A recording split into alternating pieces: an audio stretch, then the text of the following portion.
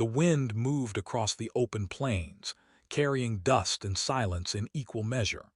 He had lived with that silence for years, almost grown used to it, like an old companion that asked for nothing and gave nothing back.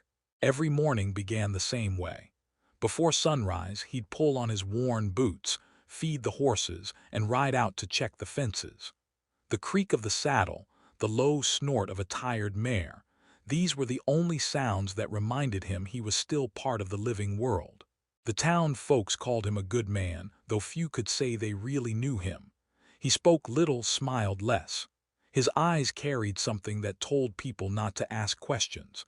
There had been a time, long ago, when laughter filled his home. A woman's voice, soft and full of life. A child's giggle that danced through every corner of the house. But that was before the fire, before the long stretch of empty years that turned his heart into stone. He worked because it was the only thing that made sense anymore. Work kept his hands busy, his mind quiet.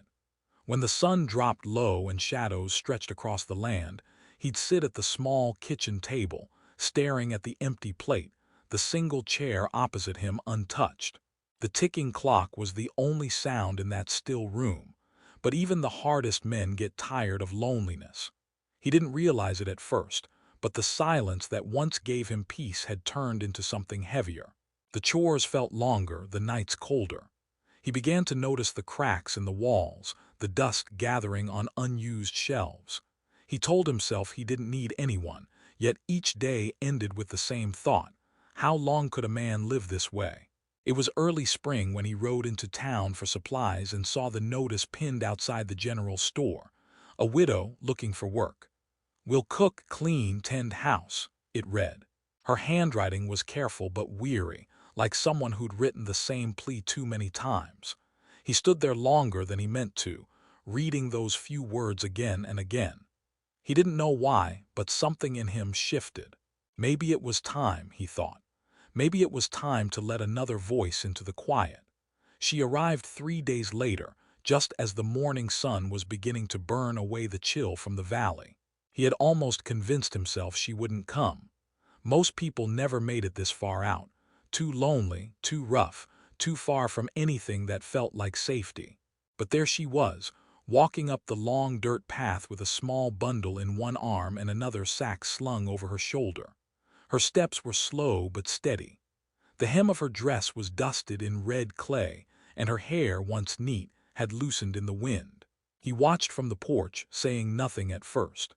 She stopped a few paces away, her eyes meeting his with a calm that surprised him. In her arms, a baby shifted, making a soft sound before falling quiet again. "You're the one who posted the notice?" he asked finally. His voice came out rougher than he meant. She nodded. "Yes, sir. Name's Clara," she said softly. "And this here's Mary." He looked down at the child, no more than a few months old, he guessed, and something in his chest stirred. He couldn't explain it, didn't want to. "You've come a long way," he said. "You'll find there's not much here." "I'm not looking for much," she answered. "Just work, a roof, food. I can cook, clean, do laundry." He hesitated, glancing toward the small cabin behind him. It wasn't much of a home. Just 2 rooms, the kitchen stove barely keeping out the cold, and a roof that creaked when the wind picked up. Still, he found himself nodding. "I'll pay you fair, $3 a week and meals. You can have the spare room." She smiled faintly, the kind of smile that was polite but didn't quite reach the eyes. "That'll do fine." He showed her inside. The cabin was clean but empty, like a place that had forgotten what warmth felt like. She set the baby down in a basket by the hearth and began unpacking her things without waiting to be told. He stood there awkwardly, unsure of what to say or do. For years he'd only had his own company. Now, suddenly, there were 2 strangers in his home, and one of them was so small she barely made a sound. By noon, the smell of food filled the air, real food, not the dry bread and beans he'd gotten used to. She worked quietly, her movements practiced and sure. The baby slept soundly by the fire, one tiny hand curled near her cheek. When he sat down to eat, she placed a plate in front of him and another smaller one for herself. He noticed how she kept her back straight, her shoulders tense, as if ready to leave at the first wrong word. "You from town?" he asked between bites. She shook her head. "No, further south, my husband." Her voice caught and she didn't finish the sentence. She didn't have to. He nodded slightly, understanding more than he cared to admit. Loss had a way of showing itself without words. After the meal, she cleaned up, humming softly to herself while she worked. The tune was simple, but it lingered in his ears long after she stopped. When the sun began to sink, she took the baby into the other room. He sat near the fire, listening to the faint sound of her voice as she whispered to the child. It was strange, hearing someone else breathe in that house. Strange, but not unwelcome. Over the next few days, he found himself watching her more than he meant to. She moved through the house with quiet purpose, never asking for help, never complaining. The baby began to fill the cabin with small noises, little laughs, tiny cries, the soft rhythm of life he hadn't heard in years. He didn't think much of it at first, but he started to time his work around it, coming in from the fields just as the baby woke, slowing his steps when he heard her laugh. One morning, while fixing the fence, he looked up and saw them standing by the porch. Clara held the baby on her hip, showing her the horses grazing in the distance. The child reached out with chubby fingers toward the sunlight, and Clara smiled, really smiled this time. He felt something shift deep inside, something that made his throat tighten. It had been so long since Joy had lived near him, he barely recognized it. He began talking more, though neither of them said much that mattered. She'd ask about the land, about how long he'd lived there. He'd ask if the baby slept through the night. The conversations were small, but they filled the silence like the sound of rain after a drought. At night, he'd hear her through the thin wall between their rooms. Sometimes she'd cry softly, thinking no one could hear. Other times she'd hum that same song, the one that had begun to haunt him. It wasn't sorrowful exactly, but it carried a weight, like a memory too heavy to put down. He wanted to ask her about her husband, about how she'd ended up alone with a child. But each time the words rose, he stopped himself. Some pain didn't need to be shared to be understood. Weeks passed. The ranch began to feel different. The air inside the cabin seemed warmer, lighter. There were fresh flowers on the table, the kind she picked while walking back from the creek. The floor no longer creaked from neglect, and the fire burned brighter. Even the horses seemed calmer. But the biggest change was the baby. Mary had a way of drawing light into every shadow. Her laughter came easily now, echoing through the walls. One evening, as he sat by the fire after supper, Clara handed the baby to him. "She wants to see you," she said, smiling shyly. He hesitated. "I don't know much about holding babies," he admitted. "She won't mind," she said softly. Carefully, he took the small bundle in his arms. The baby looked up at him with wide, curious eyes, the same blue shade he hadn't seen in years. They reminded him of his own little boy, the one he'd buried long ago. For a moment, the room seemed to fade, the crackle of the fire blending with the steady sound of her breathing. His chest tightened, but not from pain this time. It was something else, something gentler but just as strong. He met Clara's gaze, and she seemed to understand without words. They both carried ghosts, both had lost more than they could ever explain. But somehow, in that small cabin, with the baby's soft weight in his arms and the firelight dancing between them, the silence that had once felt like a curse began to sound like peace. The days began to stretch longer, filled with the kind of quiet work that settled deep into the bones. Morning light came slow over the hills, slipping through the cabin window where Clara stirred the fire, her baby still sleeping in the cradle by the hearth. He'd grown used to the sound of her moving through the house, the soft rustle of her dress, the gentle clink of dishes, the low hum of her voice as she worked. It was a sound that filled the empty spaces in ways silence never could. He woke earlier now, not because he had to, but because he wanted to. There was something about hearing life in that cabin that made each day start a little easier. He'd step outside, breathe in the cold air, and look back at the warm light spilling through the window.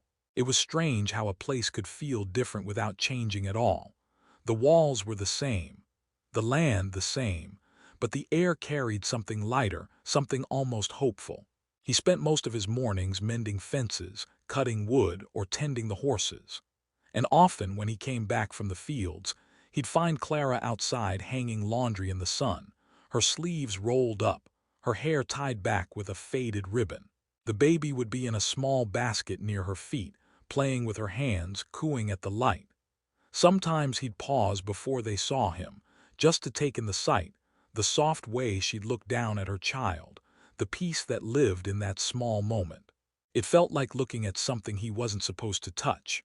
One afternoon, as he worked on the corral, Clara brought him a pitcher of water. The day was warm, and the smell of wild sage carried on the wind. "You'll wear yourself out," she said softly, setting the pitcher on the fence post. Her smile was easy, though faint, and the sunlight caught on her hair in a way that made him look too long before glancing away. "I've been worse," he said. "This old place keeps me moving." She laughed just a little. "Then maybe that's why it's still standing." He poured a cup of water and offered it to her, but she shook her head. "You take it. You've done the hard work." He watched her turn back toward the house, the fabric of her dress brushing against the tall grass, the baby's laughter carrying faintly through the air. He stood there for a while, holding the cup but forgetting to drink. There were moments like that, small, harmless things that seemed to settle in his chest and stay there. As the weeks turned into months, the rhythm of their lives found an easy pace. They didn't speak much, but when they did, it was comfortable. At supper, they'd sit across from each other at the wooden table, the baby sleeping between them in her basket. She'd ask him about the land, about the cattle, about the way the seasons worked out here. He'd ask about her childhood, her favorite things to cook, the stories her mother used to tell. It wasn't deep conversation, not really, but it carried warmth. And in that warmth, he began to find something he hadn't felt in years: belonging. One evening, as the sun fell low and the sky burned red, he found himself sitting outside, sharpening his old knife while the baby played on the porch.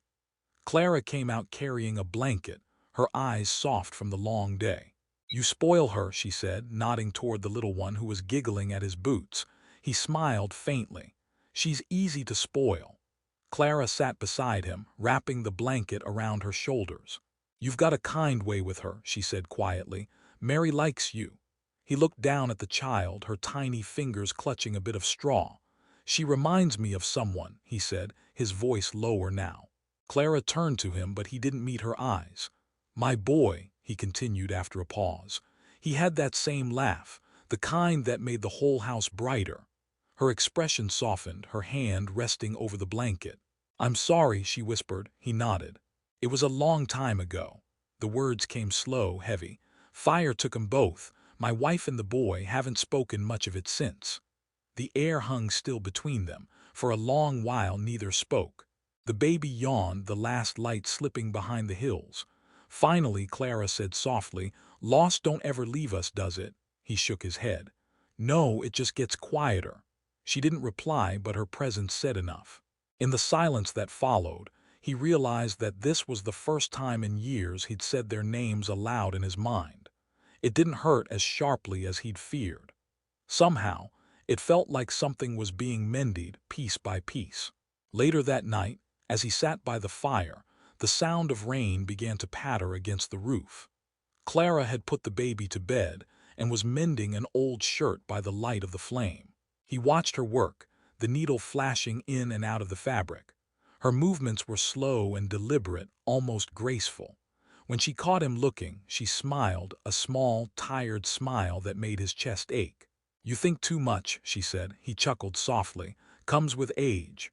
"Or loneliness," she said, and her voice was so quiet he almost didn't hear it. He looked at her for a long moment. "You don't talk much about him," he said. Her hand stilled, the fabric caught between her fingers. "There's not much left to say," she murmured.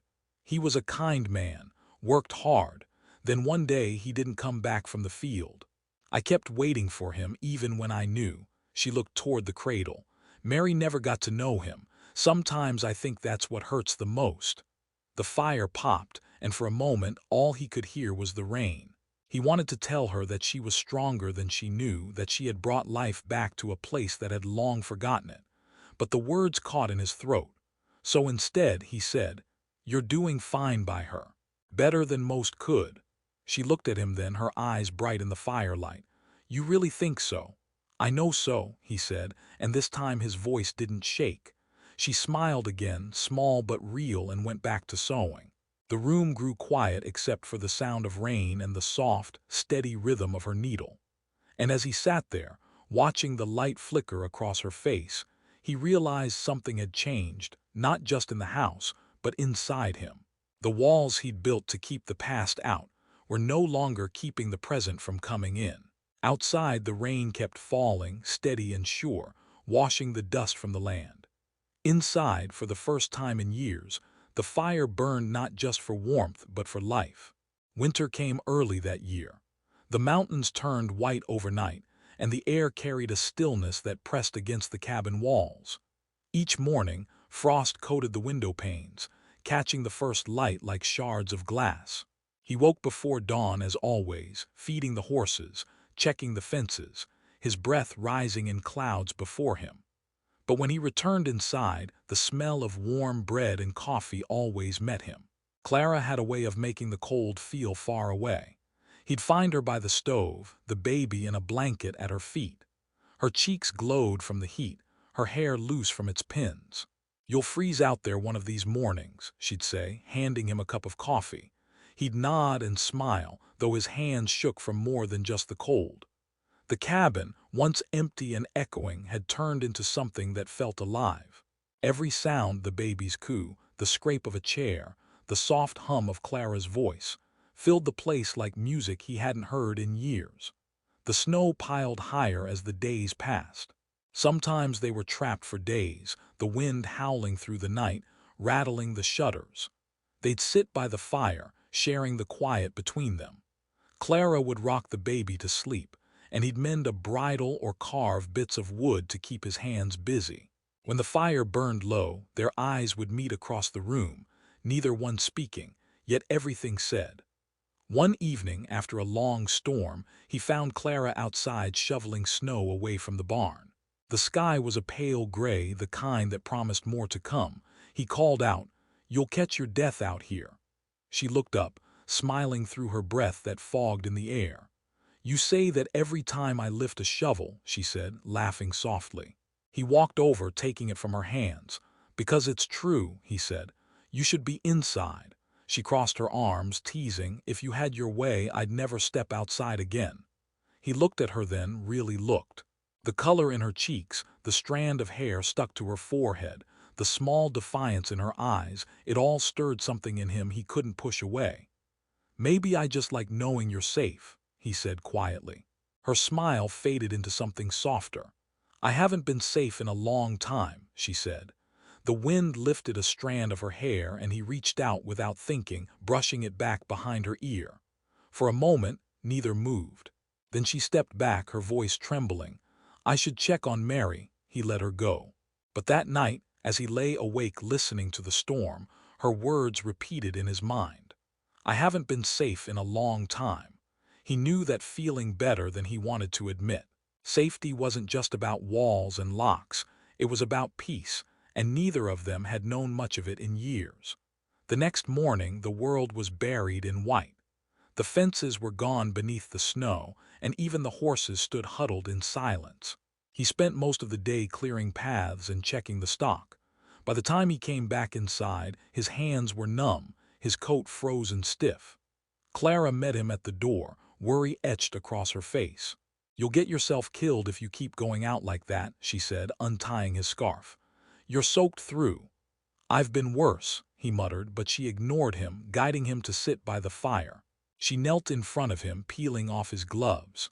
Her hands were small but firm, the warmth of her touch cutting through the cold faster than the flames ever could.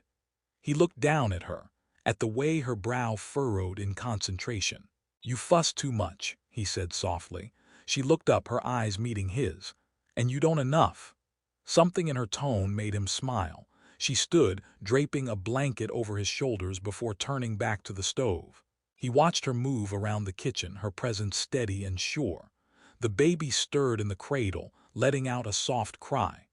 Clara went to her, humming that same tune he'd heard since the day she arrived. He closed his eyes for a moment, letting the sound fill him. It wasn't loud or grand, just soft, real, alive. Later, as the fire burned low and the baby slept, Clara sat down across from him. "I should tell you something," she said quietly, "before you hear it from someone else." He straightened, his chest tightening. "What is it?" She looked down at her hands, turning her wedding ring, a simple gold band dulled with age.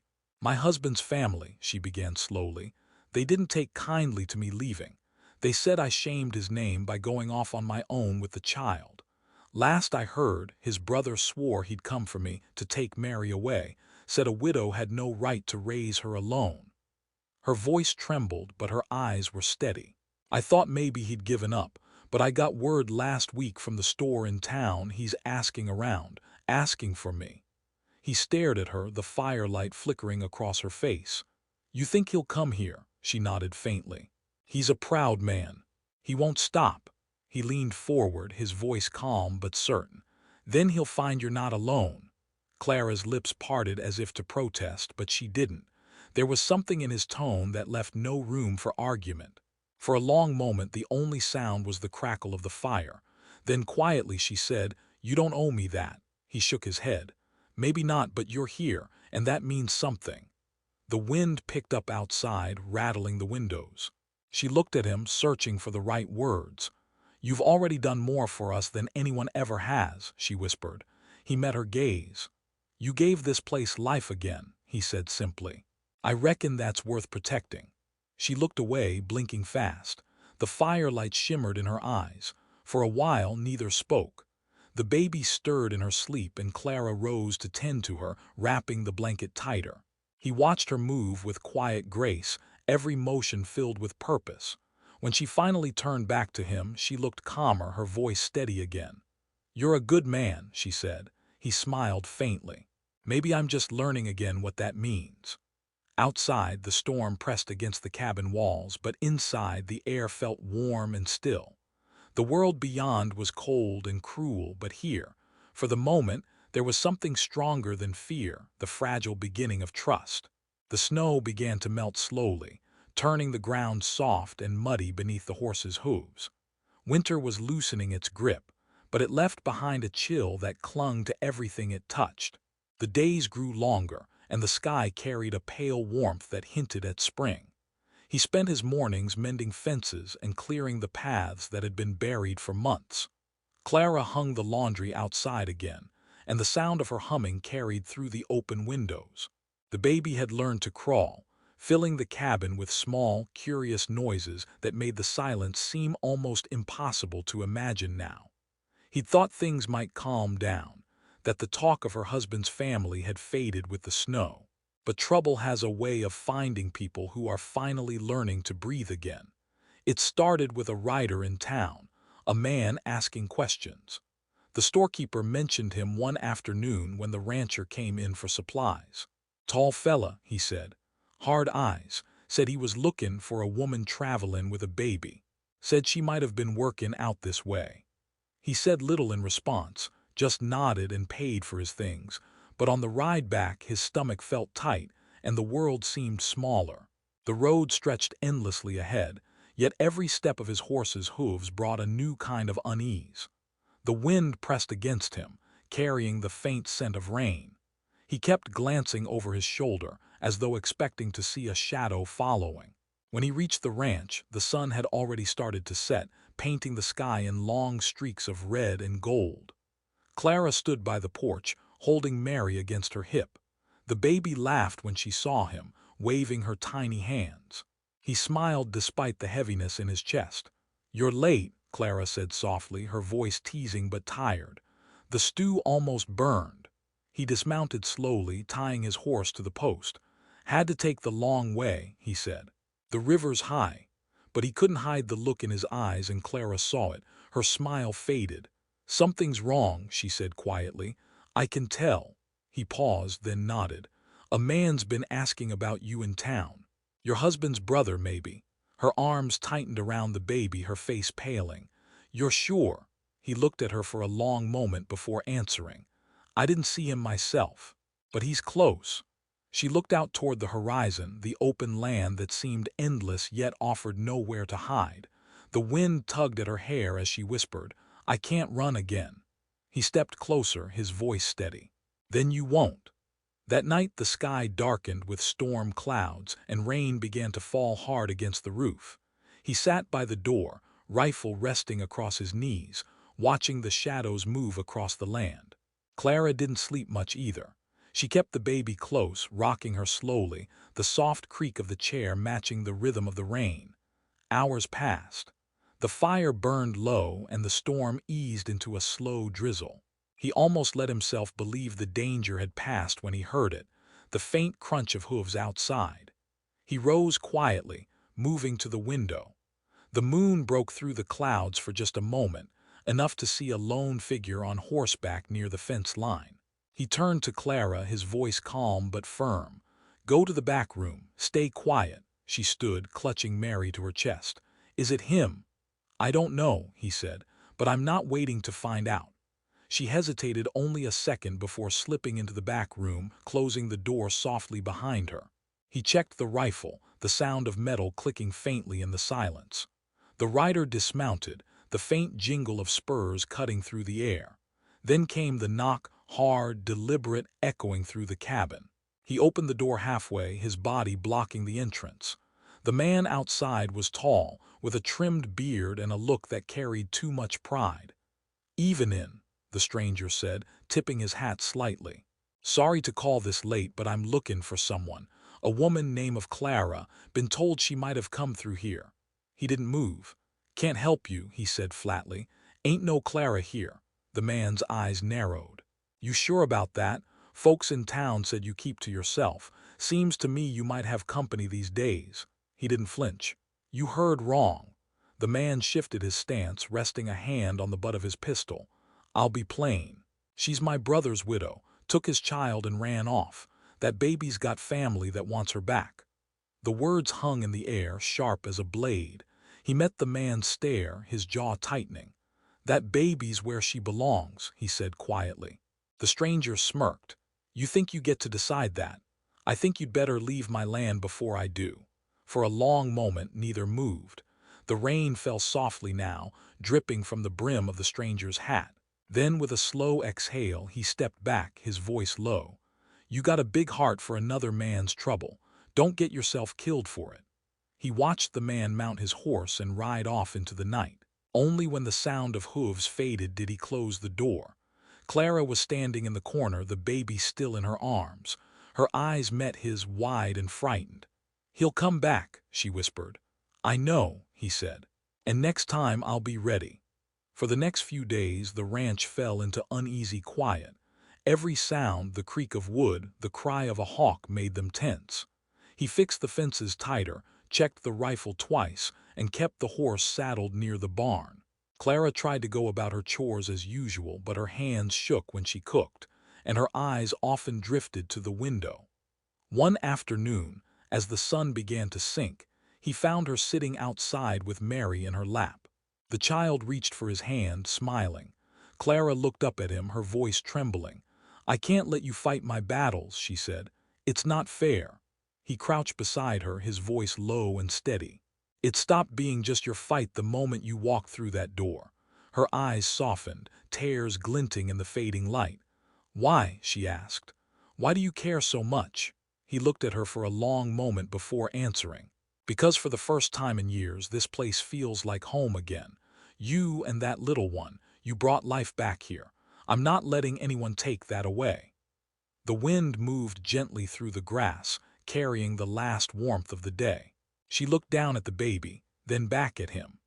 There were no words left to fill the silence, only the sound of the child's soft laughter, pure and small against the weight of the world. And for the first time since he'd buried his past, he felt something he hadn't dared to in a long, long time: purpose.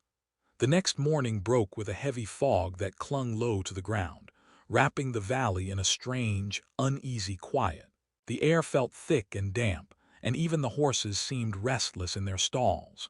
He rose before the sun, his instincts refusing to let him rest. Every sound carried further in the cold stillness, the drip of water from the roof, the creak of wood as he moved across the floor. When he stepped outside, the fog swallowed him whole. The world looked softer, but it felt dangerous. He walked the fence line, checking for signs of intrusion.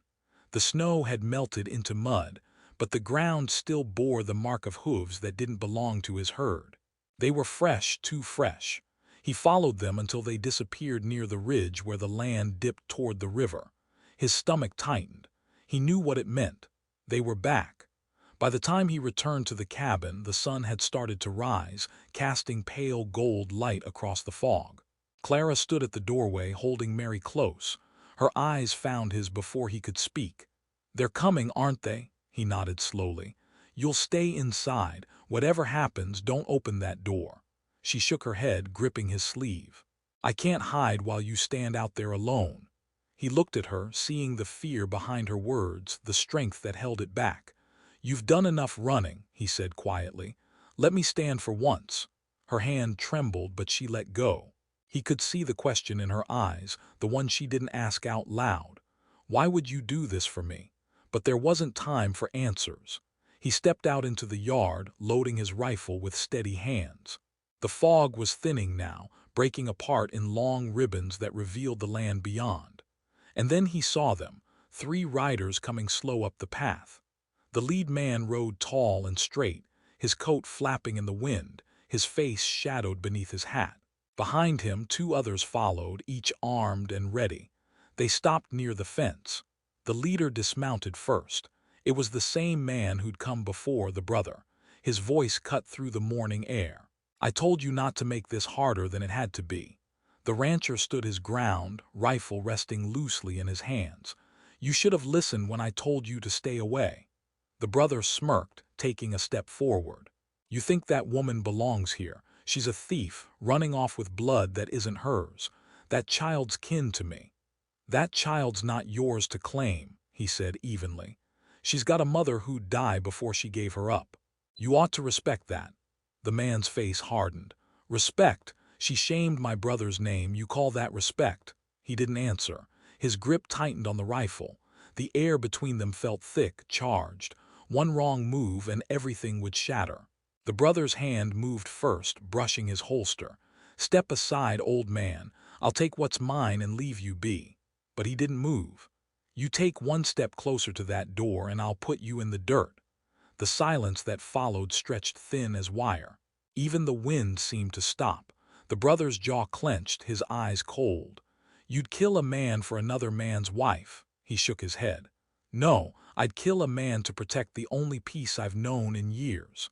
Before another word could pass, a voice broke through the tension. Clara stood on the porch, the baby in her arms, her face pale but steady. "Stop," she called. Her voice trembled, but her eyes didn't. "There's been enough death." The brother turned toward her, his expression twisting into something cruel. "You think you can hide behind him forever. You're common with me, one way or another." She took a step forward, her voice firm now. "You lost the right to decide my life when your family left me to starve." He sneered. "You forget who you're talking to, woman." "I remember just fine," she said. "I remember every night I prayed for help that never came. You want to talk about shame? The only shame is that a man like you carries your brother's name." He started toward her, anger flashing in his eyes. That was enough. The rancher raised his rifle. "Don't," he warned. The brother froze, his boots sinking into the wet earth. For a moment the air crackled with the sound of threat and regret. 2 men standing at the edge of something they couldn't come back from. Finally the brother laughed short, bitter, empty. "You think this ends here? You're a fool." He turned to mount his horse, spitting into the dirt. "You'll regret crossing me." But as he swung into the saddle, the rifle cocked, sharp and final. "If you come back," the rancher said, "you won't get the chance to leave again." The man looked down at him, hate burning in his eyes. Then he kicked his horse and rode off, his men following close behind. When the sound of hooves faded, the fog began to lift completely, revealing a sky clear and bright. Clara stood frozen on the porch, holding Mary tight against her chest. He lowered his rifle slowly, his hands shaking now that it was over. She stepped down, moving toward him. "You shouldn't have done that," she said, her voice breaking. "He'll hate you for it." He looked at her, the lines on his face deeper now. "He can hate me all he wants. I ain't the one living with it." Her breath caught, and for a moment neither spoke. The wind moved gently through the wet grass, carrying the faint smell of smoke from the chimney. The world seemed to exhale, as if it too had been holding its breath. They went back inside together, the baby asleep in her arms. The fire was still burning, casting a soft glow across the room. She laid the child down and turned to him. "You risked your life for us," she said quietly. "I don't know how to thank you." He shook his head.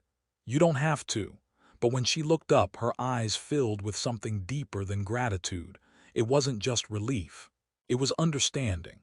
He'd done it not out of duty or pride, but because somewhere along the way their lives had woven together like threads in the same cloth. Outside, the fog had vanished, and sunlight poured across the valley, touching everything it could reach. He stood by the window for a long time, watching the land glisten under the new day. The world was still rough, still uncertain, but for once he didn't feel alone in it. From behind him came the soft sound of Clara's voice as she began to hum, an old tune, the same one that had carried through the cabin on her first day there. He turned, watching her sway gently as she held her child. The warmth of the fire flickered over her face, and for a brief, fragile moment, the weight he'd carried for years seemed to lift.